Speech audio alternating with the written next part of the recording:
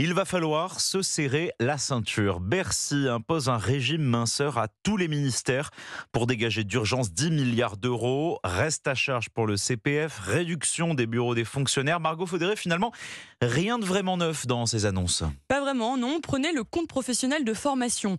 Le gouvernement a confirmé ce matin l'instauration d'un reste à charge de 10% pour les salariés. La mesure doit permettre de faire 200 millions d'euros d'économies. Mais cela fait en fait plusieurs mois que l'idée est sur la table et que l'exécutif souhaite responsabiliser, comme il le dit, les salariés. Même chose pour l'apprentissage. En juin dernier, le gouvernement envisageait déjà de réduire les financements publics. Cela faisait partie des pistes du budget 2024. C'est désormais une mesure d'économie immédiate de 200 millions d'euros. Autre annonce qui ne respire pas la nouveauté, la volonté de réduire d'un quart les surfaces occupées par l'État. En novembre dernier, le ministre délégué au compte public, Thomas Cazenave, avait déjà dévoilé son intention sans donner de calendrier précis. Le chiffre de 10 milliards d'euros d'économie lui-même avait été fixé par le ministre de l'économie il y a plus de 6 mois maintenant. Margot Faudéré.